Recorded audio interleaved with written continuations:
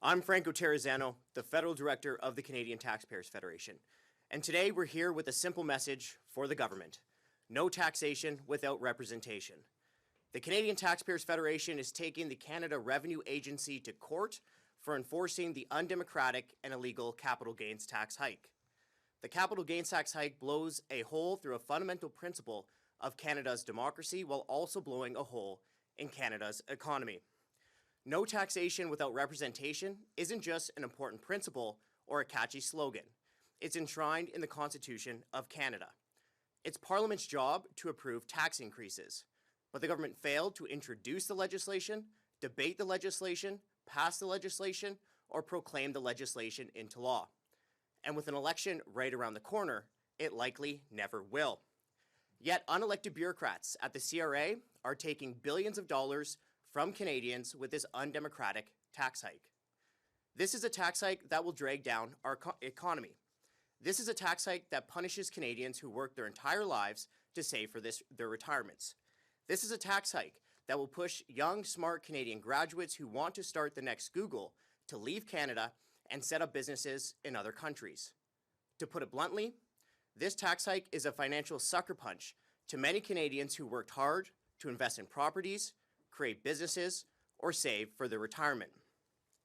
The capital gains tax hike will affect more than 1 million Canadians, half of whom earn less than $117,000 every year, according to a recent report from the C.D. Howe Institute.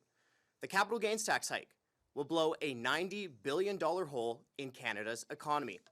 The capital gains tax hike will mean 400,000 fewer jobs. The Trudeau government has no one to blame for this mess but itself. The government chose not to pass the capital gains tax hike with the budget. The government chose to prorogue Parliament. Canadians should not have to pay for this government's mistake. Canadians should not have to pay for a tax increase that was never passed by Parliament and likely never will. The Trudeau government should tell the CRA to not enforce the capital gains tax hike. But so far, the Trudeau government has refused to do the right thing, despite both Conservatives and now even some Liberals criticizing the undemocratic capital gains tax hike. We at the Canadian Taxpayers Federation are not going to let unelected bureaucrats take more money from Canadians with an illegal tax grab. And that's why the Canadian Taxpayers Federation is launching this legal challenge. And with that, I'll hand the floor over to my colleague, CTF General Counsel Devin Drover, who will explain the details of this legal fight.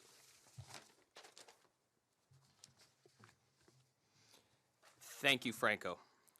It's official. The Canadian Taxpayers Federation has filed an application with federal court seeking judicial review of the CRA's enforcement of this undemocratic and illegal capital gains tax hike.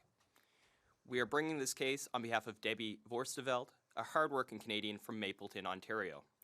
For 14 years, Debbie and her husband William owned a property that included two homes, one where they lived and the other that they rented to their adult children as they helped them save for homes of their own. Last year, with the children now moved out, the Vorstevelds sold that property. They were hoping to move forward onto the next chapter of their lives and inch closer to retirement. Instead, they are now facing an unexpected and unfair financial burden. This family will pay thousands in extra taxes because the CRA is choosing to impose this capital gains tax hike that was not authorized by Parliament. The goal of this legal challenge is to set a precedent to not only help this family, but to protect all Canadians who will be directly burdened by the CRA and this bureaucratic overreach. Let me be clear. This tax hike is illegal. This tax hike violates Canada's Constitution. The CRA is enforcing this tax hike despite legislation never being introduced, debated, or passed by elected representatives in Parliament. Section 53 of the Constitution Act of 1867 is unequivocal. All bills imposing taxes must originate in the House of Commons. This enshrines the principle that only elected representatives have the authority to impose taxes. The CRA has no legal authority to unilaterally implement this tax hike.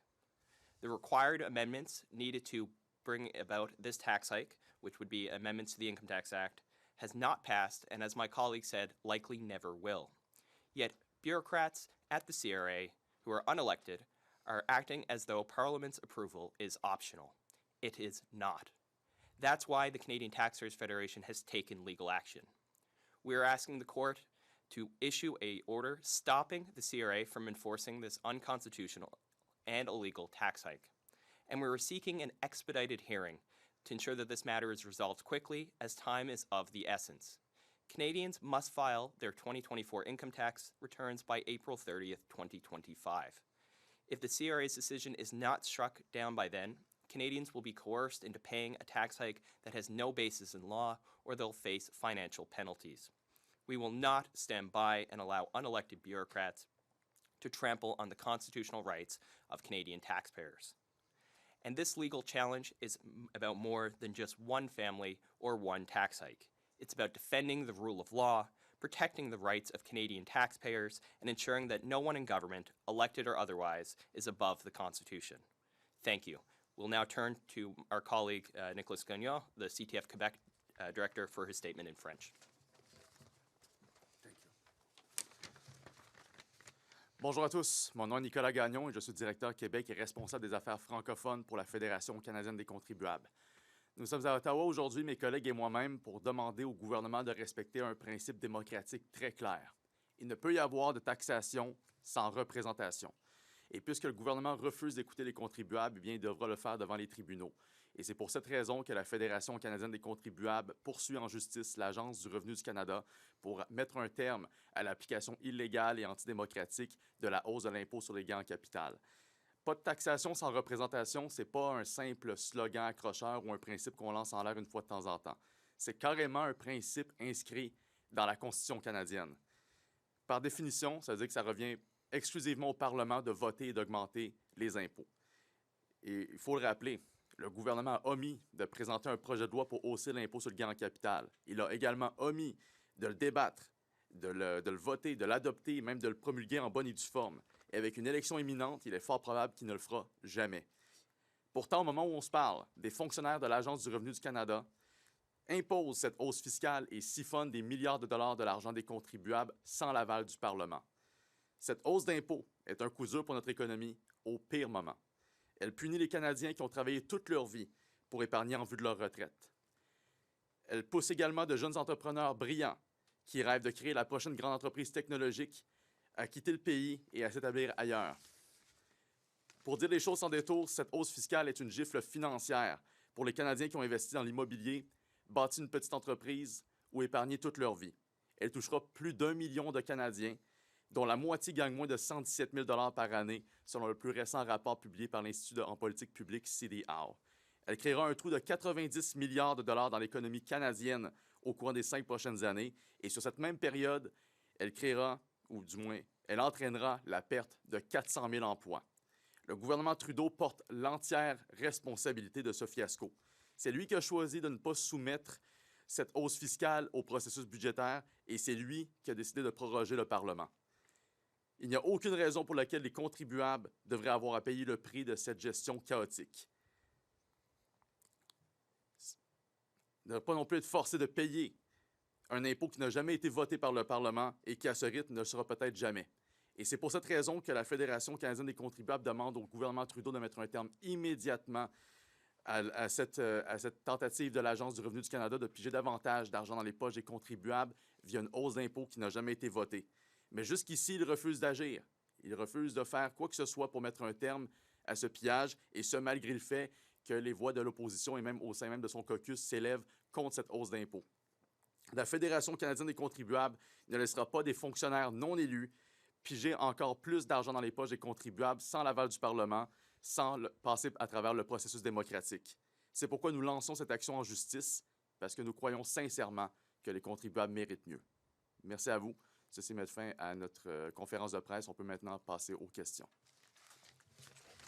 All right, just a reminder for people joining us online, you can use the raise hand function if you have a question. S'il vous plaît, pour les gens en ligne, si vous avez une question, utilisez la fonction main levée.